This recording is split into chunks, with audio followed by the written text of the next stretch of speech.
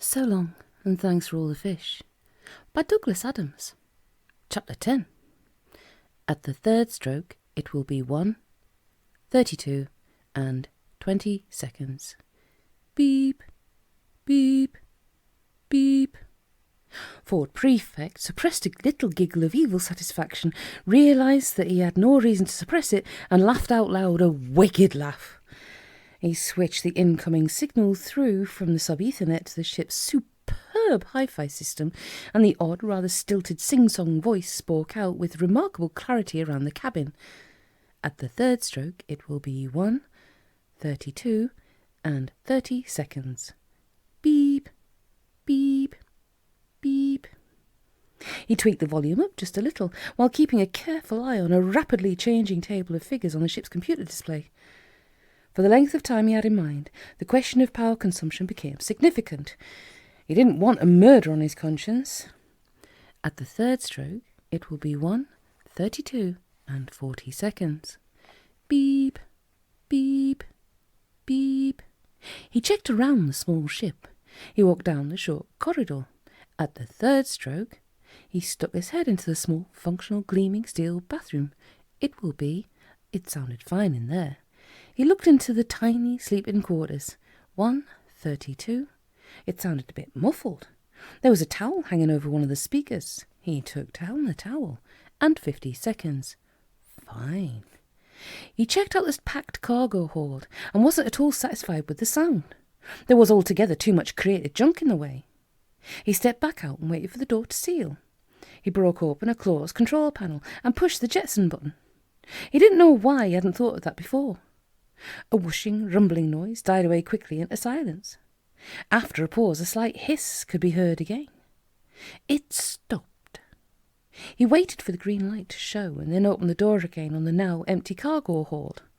1, 33, and 50 seconds. Very nice. Beep, beep, beep. He then went and had a last thorough examination of the emergency suspended animation chamber, which was where he particularly wanted it to be heard. At the third stroke, it will be 1, 34, precisely. He shivered as he peered down through the heavily frosted covering at the dim bulk of the form within. One day, who knew when, it would wake, and when it did, it would know what time it was. Not exactly local time, true, but what the heck. He double-checked the computer display above the freezer bed, dimmed the lights, and checked it again. At the third stroke, it will be... He tiptoed out and went to the control cabin. 1, 34, and 20 seconds.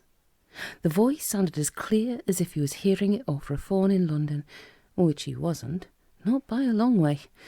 He gazed out into the inky night. The star, the size of a brilliant biscuit crumb he could see in the distance, was Zonderstina, or as it was known in the world from which the rather stilted sing-song voice was being received, Pleiades Zeta. The bright orange curve that filled over half the visible area was the giant gas planet Sassafras Magna, where the Zazizian battleships docked, and just rising over its horizon was a small, cool blue moon, Ipon. At the third stroke, it will be...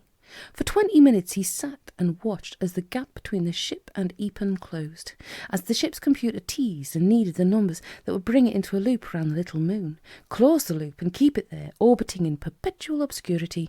1, 59. His original plan had been to close down all external signalling and radiation from the ship, to render it as nearly invisible as possible, unless you were actually looking at it, but then he'd had an idea he preferred. It would now emit one single continuous beam, pencil-thin, broadcasting the incoming time signal to the planet of the signal's origin, which it would not reach for 400 years, travelling at light speed, but where it would probably cause something of a stir when it did. Beep, beep, beep, he sniggered.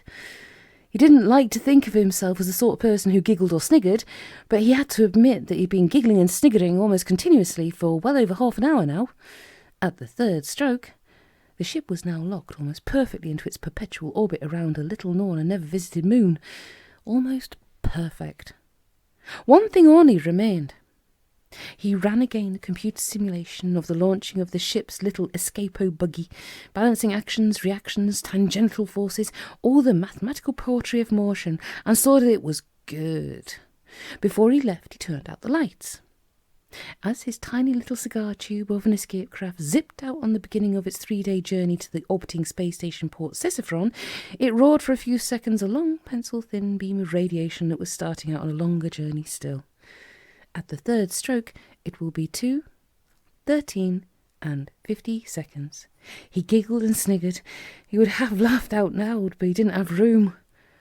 Beep, beep, beep.